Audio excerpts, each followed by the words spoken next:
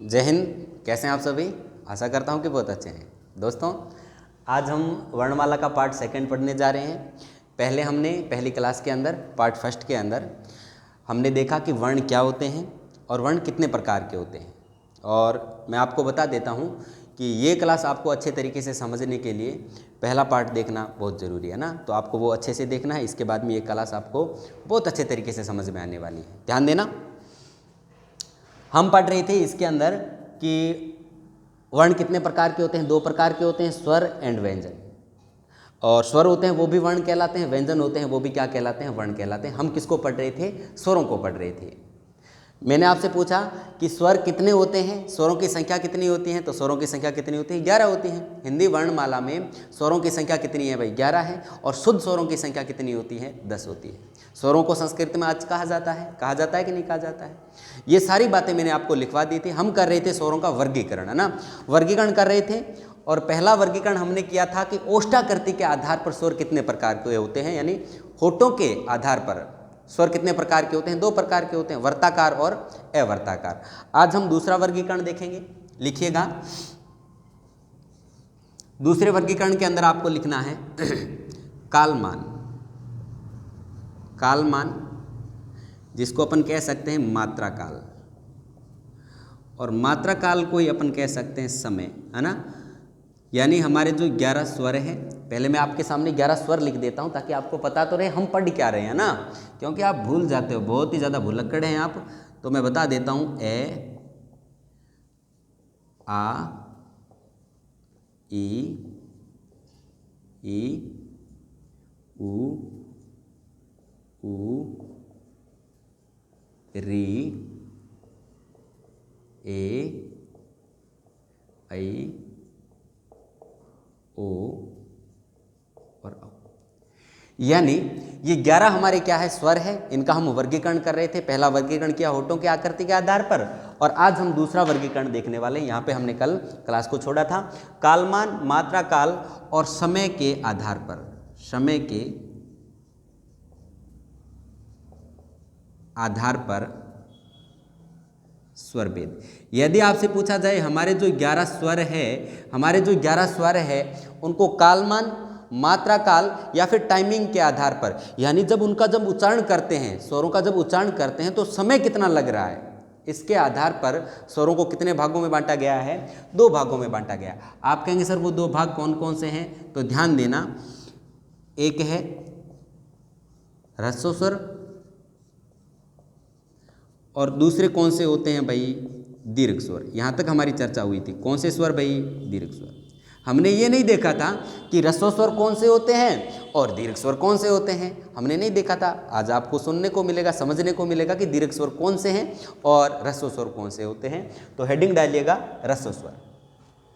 पहले मैं इसकी परिभाषा लिखवाऊंगा आपको, जैसा कि हमेशा करते हैं, और उसके बाद बहुत ही बेहतरीन तरीके से इनको समझने वाले हैं। ध्यान देना। ह्रस्व स्वर तो लिखना है कि वे स्वर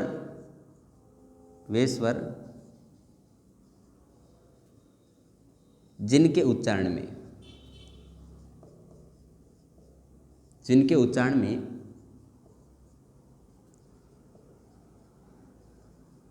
बिल्कुल कम समय लगता है, या फिर आपको कहना है सर वे स्वर जिनके उच्चारण में कम समय लगता है ना, कम समय लगता है।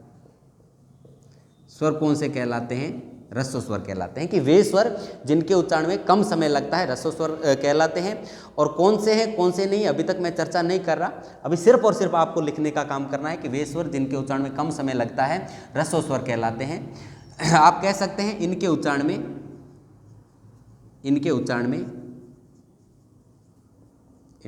में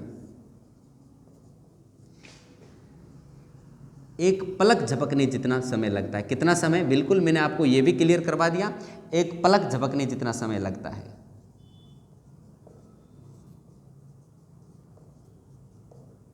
जितना समय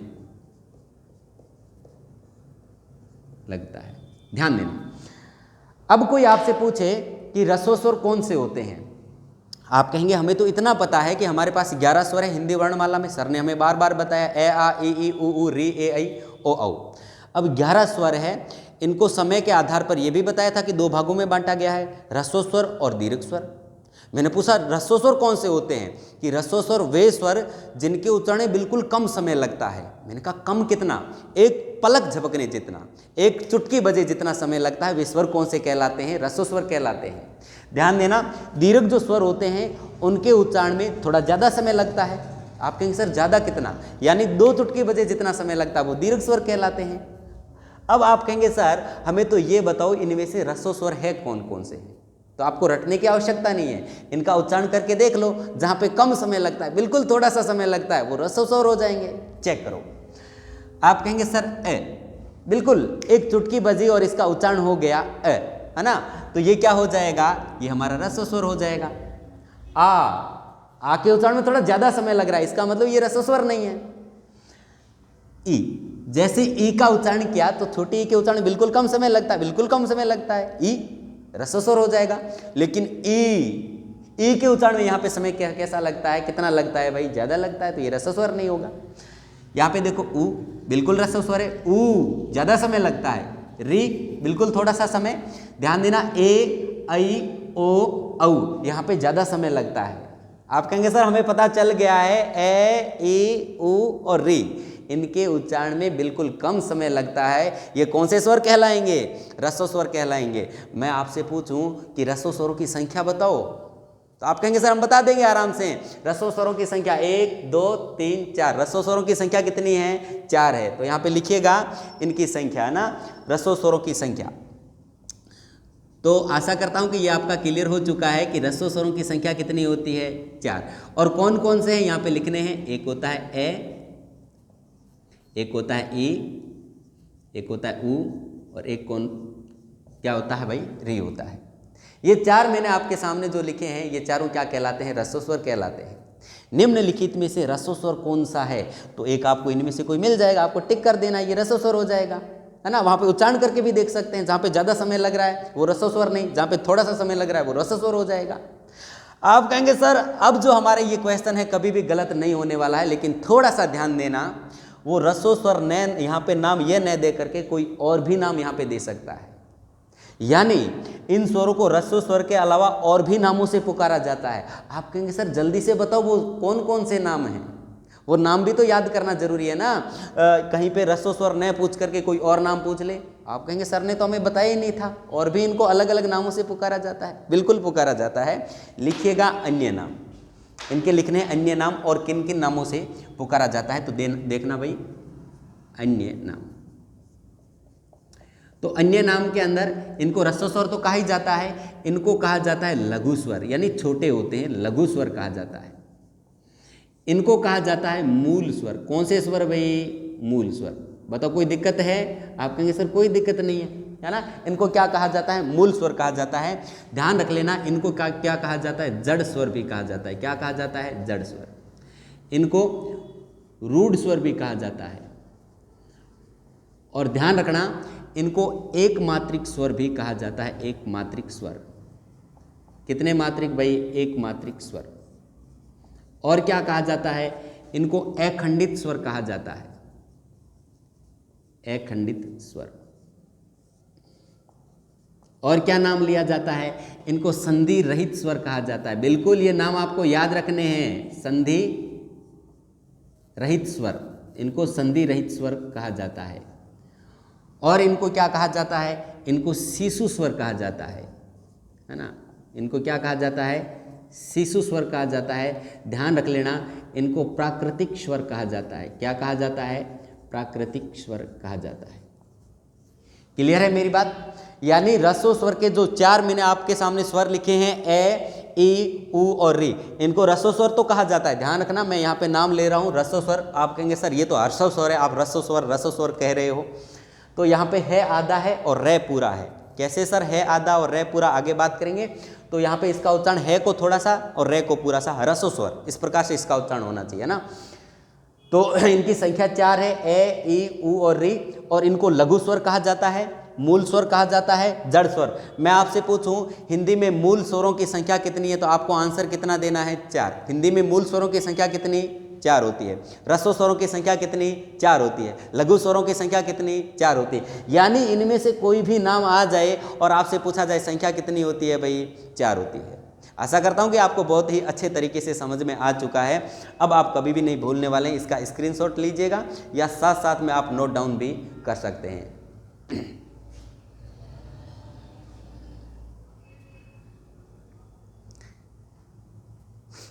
चलो भाई, अब हम पढ़ते हैं ह्रस्व स्वर हमारा कंप्लीट हो चुका है, यानी ह्रस्व स्वर 4 कंप्लीट हो गए। आगे हम पढ़ते हैं दीर्घ स्वर। हेडिंग डालिएगा दीर्घ स्वर।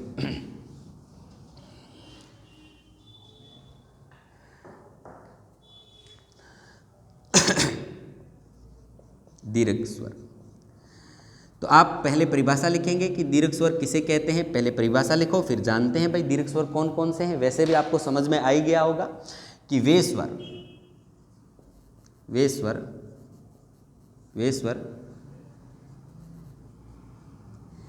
जिनके उच्चारण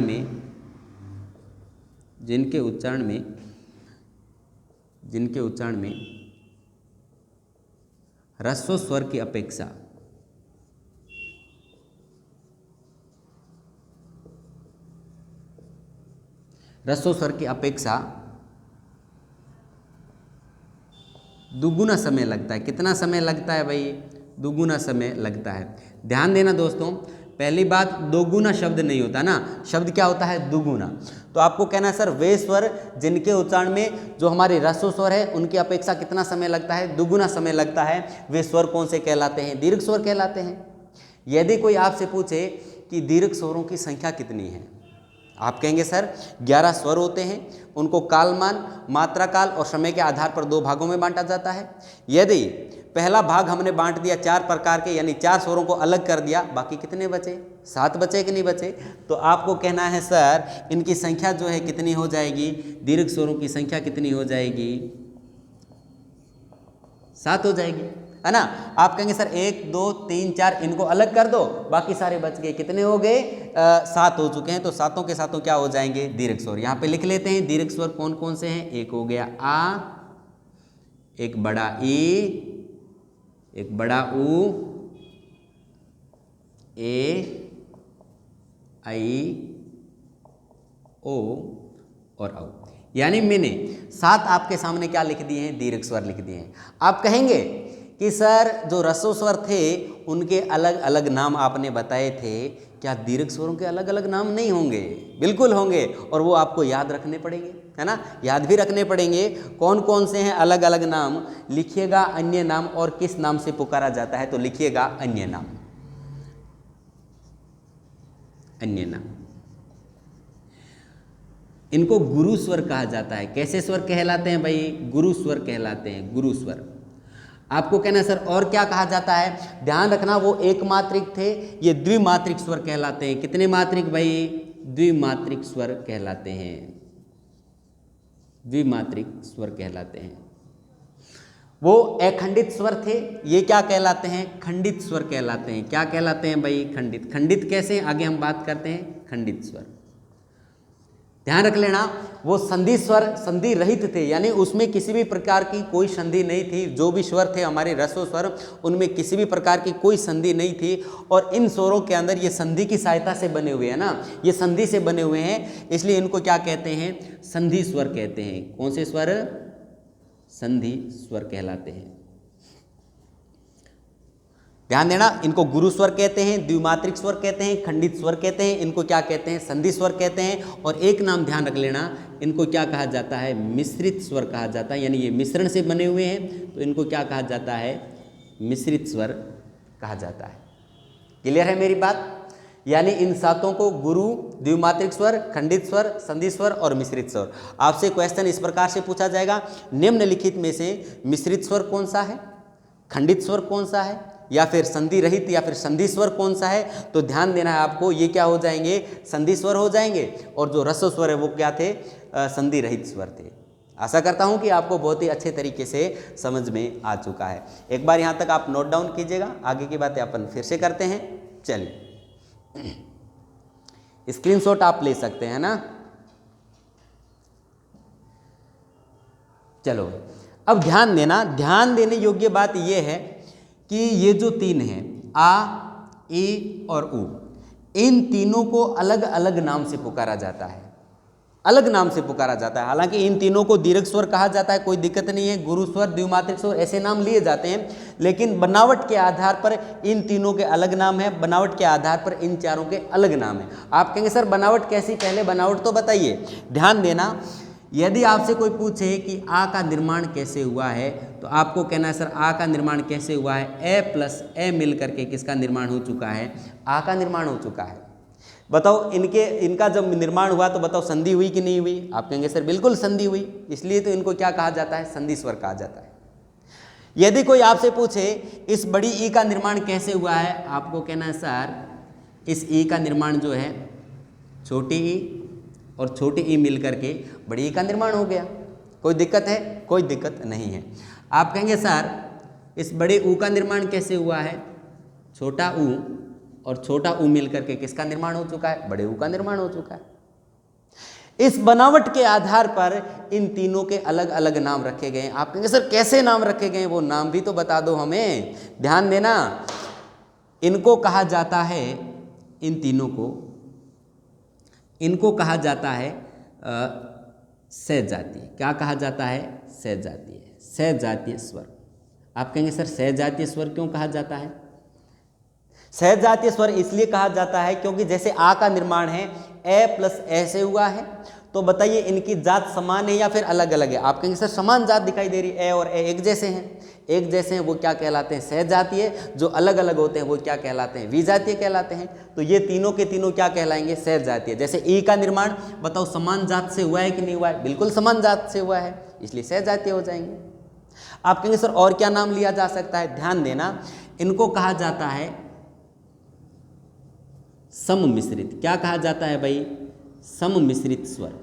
यानी इनका जो मिश्रण हुआ है, इनका जो मिश्रण हुआ है ये समान हुआ है या फिर विषम हुआ है, सम हुआ है या फिर विषम हुआ। आप कहेंगे सर समान ही तो हुआ है, तो ये क्या कहलाएंगे, सम्मिश्रित स्वर कहलाएंगे। ध्यान देना, आपसे पूछा जाए हिंदी वर्णमाला में सहजातीय स्वरों की संख्या कितनी है, तो आपको आंसर देना है 3। हाँ वो बात अलग है, आ, ई और उ इनको एक साथ में इनको दीर्घ स्वर कह सकते हैं, गुरु स्वर, द्विमात्रिक स्वर, खंडित स्वर, संधि स्वर और मिश्रित स्वर कह सकते हैं, लेकिन अलग से इनको क्या कहा जाता है, सहजातीय स्वर, और क्या कहा जाता है, सम्मिश्रित स्वर कहा जाता है। आशा करता हूँ कि आपको बहुत ही अच्छे तरीके से समझ में आ गया है। आप कहेंगे सर इन तीनों का तो समझ में आया, बताओ इन चारों के भी अलग अलग नाम है क्या? बिल्कुल, इनके भी बनावट के आधार पर इन चारों के भी अलग नाम है, वो भी हम देखते हैं कौन कौन से हैं। ध्यान देना, आप कहेंगे सर ए, पहले तो हमें ये बताओ इनका निर्माण कैसे हुआ है। मैंने यहाँ पे लिख दिया ए का निर्माण। आपको कहना है सर ए प्लस किससे हुआ है, ई से हुआ है। मैंने पूछा आई का निर्माण कैसे हुआ है, आपको कहना है सर ए प्लस किससे हुआ है, ए से हुआ है। मैंने पूछा है ओ का निर्माण कैसे हुआ है, आपको कहना सर ए और क्या मिल गया, ऊ मिल गया। मैंने पूछा औ का निर्माण कैसे हुआ है, तो आपको कहना है सर ए के अंदर क्या आके बैठ गया, ओ आकर के बैठ गया, इसलिए इनका निर्माण हो गया, औ का निर्माण हो गया। ध्यान देना, मैंने आपको बताया यहाँ पे जात इनकी समान थी, इसलिए इनको क्या कह रहे थे, सहजातीय कह रहे थे। आप कहेंगे सर यहाँ पे इनकी जात हमें क्या दिखाई दे रही है, अलग अलग दिखाई दे रही है, तो इसका नाम जो है नो डाउट क्या हो जाएगा, आपको कहना है सर इनका नाम क्या हो जाएगा, विजातीय। यानी जिसकी जात समान वो सहजातीय कहलाते हैं, और जिसकी जात अलग वो क्या कहलाते हैं, विजातीय कहलाएंगे। क्लियर है मेरी बात? ध्यान देना, आप कहेंगे सर इनकी जात अलग अलग है, जैसे ऐ का निर्माण ए और ए है ना, अलग अलग जात है इनकी, तो इनको क्या कहेंगे, विजातीय। ध्यान देना, इनका मिश्रण यहाँ पे समान था, इसलिए ये सम्मिश्रित कहला रहे थे ये तीनों। आप कहेंगे सर इनका मिश्रण अलग है, इसलिए इनको क्या कहेंगे, हम विषम मिश्रित कहेंगे। क्या कहेंगे भाई, विषम मिश्रित स्वर कहेंगे। बताओ बात समझ में आई कि नहीं आई? आप कहेंगे सर बिल्कुल हमारे समझ में आ चुकी है। इनको क्या कहेंगे, विषम मिश्रित कहेंगे।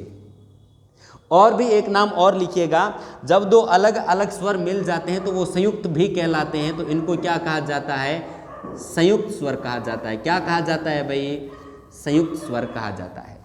क्लियर है मेरी बात? आपको यहाँ तक अच्छे से नोट डाउन करना है, स्क्रीनशॉट ले सकते हैं आप, लिखिएगा। चल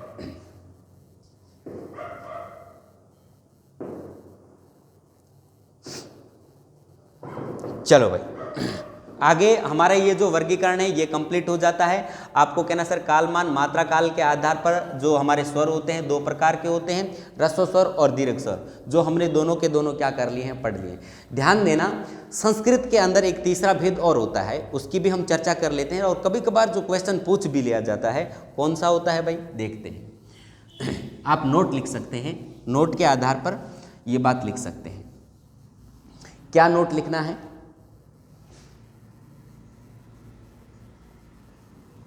नोट में आपको बात लिखनी है, नोट।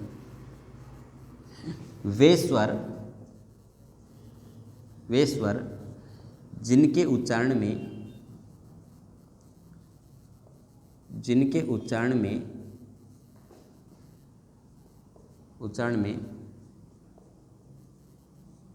ह्रस्व स्वर की अपेक्षा या फिर ह्रस्व स्वरों की अपेक्षा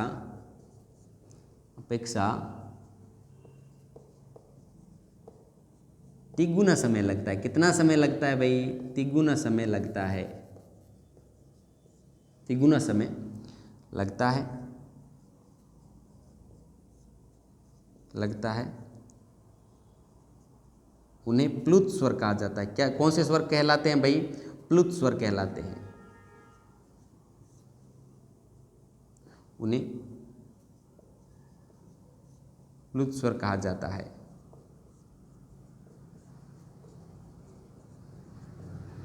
ध्यान देना, आप ऐसे भी लिख सकते हैं कि इन्हें त्रिमात्रिक स्वर भी कहा जाता है। इन्हें क्या कहा जाता है? इन्हें त्रिमात्रिक स्वर भी कहा जाता है। टेंशन नहीं लेनी बिल्कुल भी, अभी हम समझ लेंगे। त्रिमात्रिक स्वर कहा जाता है, इन्हें त्रिमात्रिक स्वर कहा जाता है। अब ध्यान देने की आवश्यकता है। आप कहेंगे सर ये तीसरा भेद कौन सा हो चुका है? आपने तो भेद हमें दो ही बताए हैं, ह्रस्व स्वर और दीर्घ स्वर। ये प्लुत कौन सा हो चुका है? तो वे स्वर जिनके उच्चारण में ह्रस्व स्वर की अपेक्षा कितना समय लगे? 3 गुना। सर है ही नहीं, हमारे पास 11 स्वर थे, 4 अलग कर दिए, 7 अलग कर दिए, कौन सा बचा? कोई तीसरा बचा ही नहीं, है ना। तो संस्कृत के अंदर होता है, और ये शब्द जो है कई बार पूछा जाता है एग्जाम के अंदर कि इस शब्द के अंदर किस स्वर का प्रयोग किया गया है। जैसे मैंने क्या लिखा? ओम। क्या लिखा है? ओम। और मैंने आपसे पूछा ओम के अंदर कौन सा स्वर है? आप कहेंगे सर ये कौन सा स्वर है? ये किसको दर्शा रहा है? 3 को दर्शा रहा है। किसको दर्शा रहा है? 3 को दर्शा रहा है। यानी ओम का उच्चारण करने के लिए आपको ओम ऐसे कहने से पार नहीं पड़ेगी।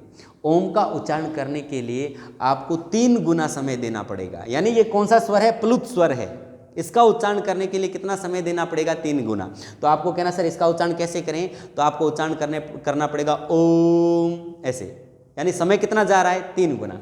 इसलिए इनको क्या कहते हैं? त्रिमात्रिक स्वर कहते हैं। ह्रस्व स्वर को एकमात्रिक कहते हैं, दीर्घ स्वर को द्विमात्रिक कहते हैं, और इनको क्या कहा जाता है? त्रिमात्रिक स्वर। और जो सिर्फ और सिर्फ किस में चलते हैं भाई? संस्कृत भाषा में चलते हैं। हिंदी भाषा के अंदर भेद 2 ही बताने।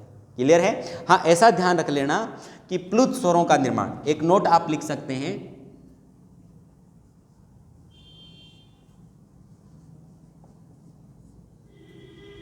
प्लुत स्वरों का निर्माण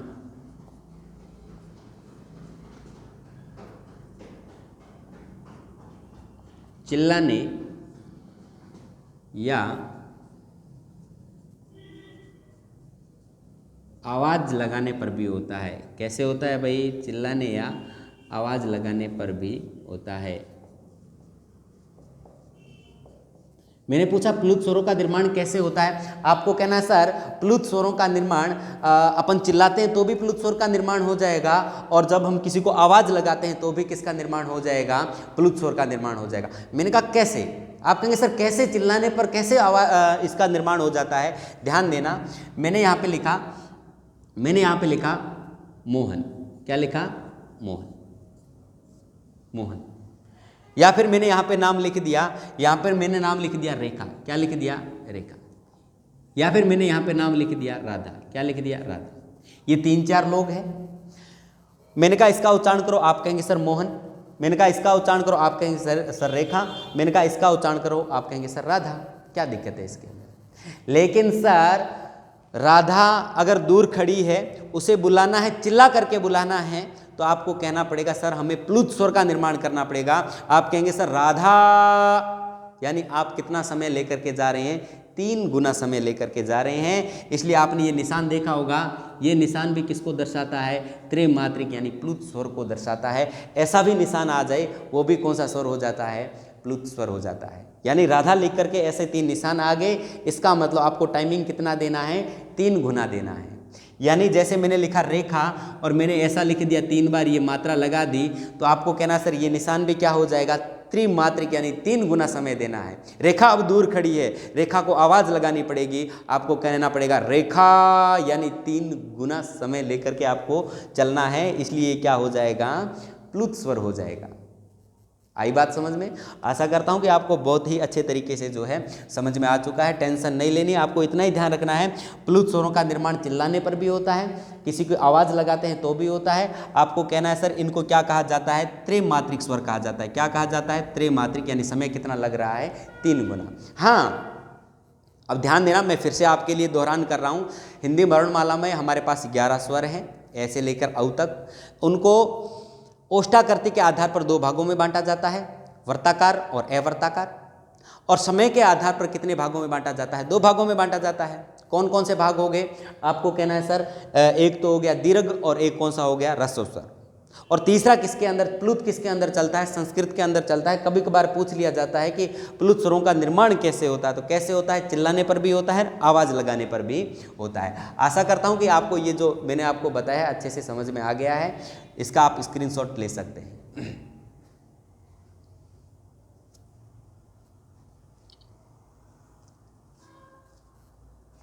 चलो, ये आपका दूसरा वर्गीकरण भी क्या हो चुका है, कंप्लीट हो चुका है। क्या हो चुका है भाई, कंप्लीट। लिखिएगा तीसरा वर्गीकरण, और हम तीसरा वर्गीकरण पढ़ने वाले हैं। लिखें,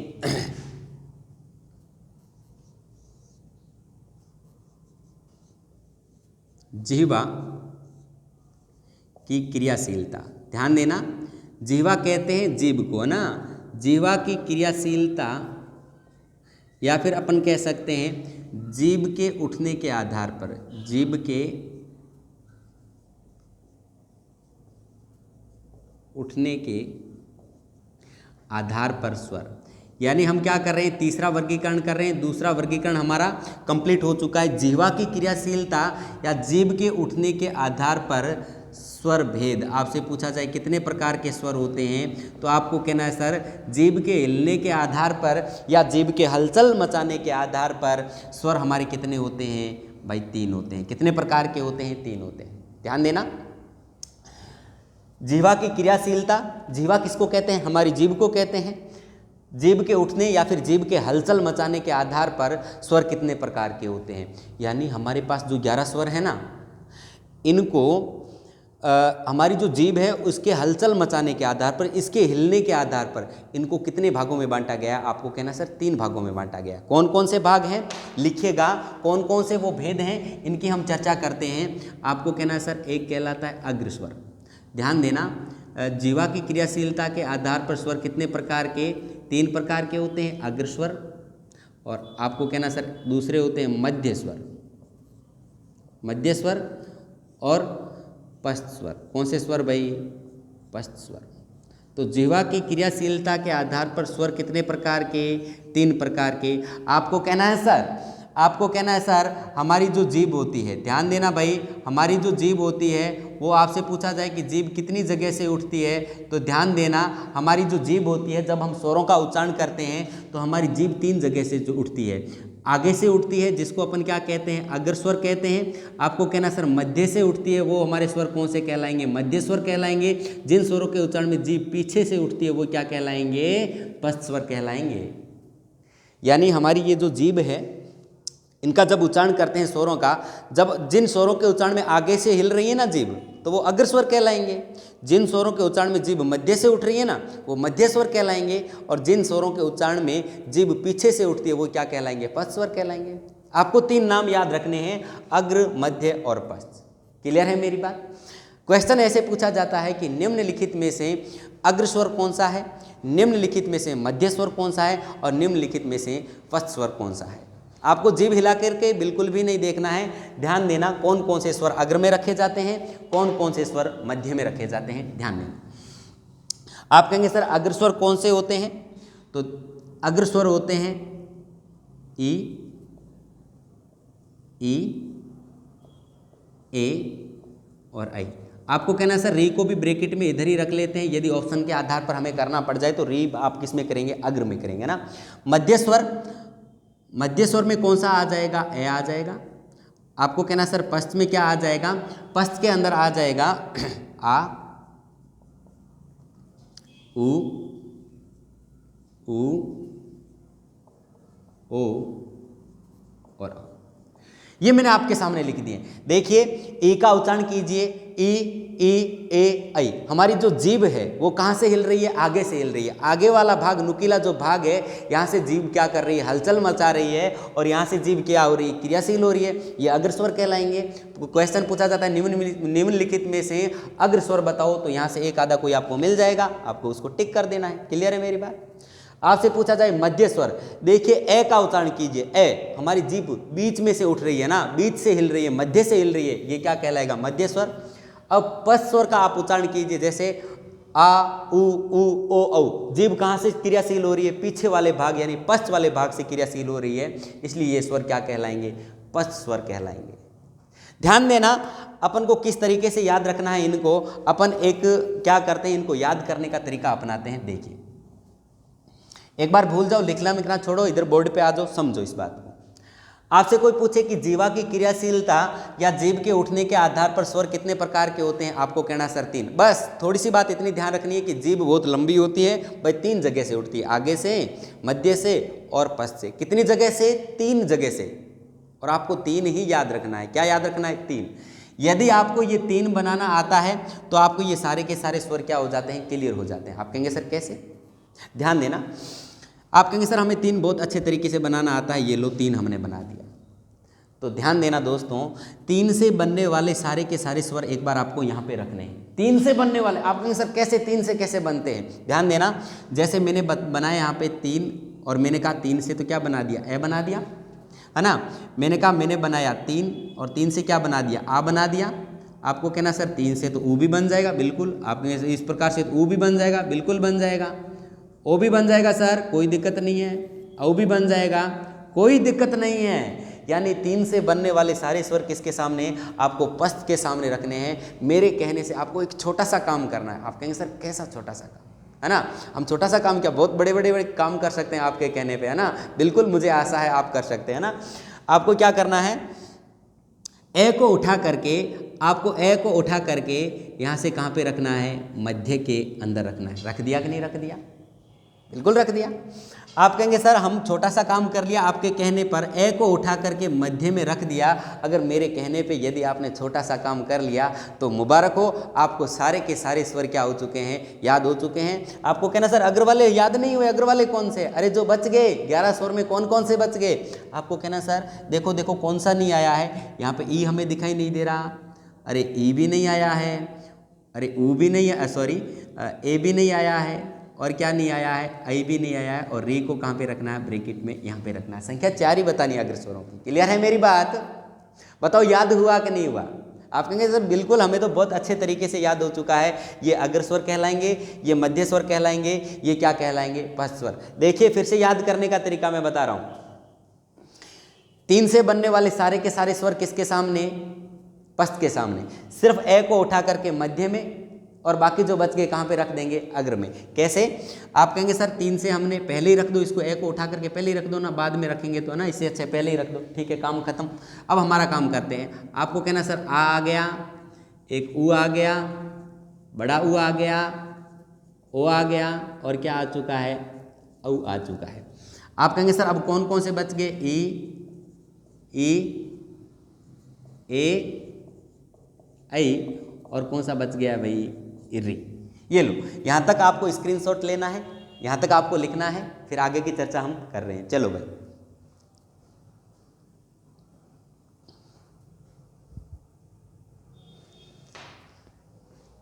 चलो आगे लिखिएगा। हमने ये तीसरा वर्गीकरण कंप्लीट कर लिया है। आज हम पढ़ेंगे चौथा वर्गीकरण। आगे लिखिएगा चौथा वर्गीकरण। 3 वर्गीकरण कंप्लीट हो चुके हैं भाई, ध्यान देना, 3 वर्गीकरण क्या हो चुके हैं कंप्लीट। और चौथा वर्गीकरण लिखिएगा नासिका के आधार पर, उच्चारण या नासिका के आधार पर, नासिका के आधार पर स्वर भेद कितने प्रकार के होते हैं? 2 प्रकार के, है ना।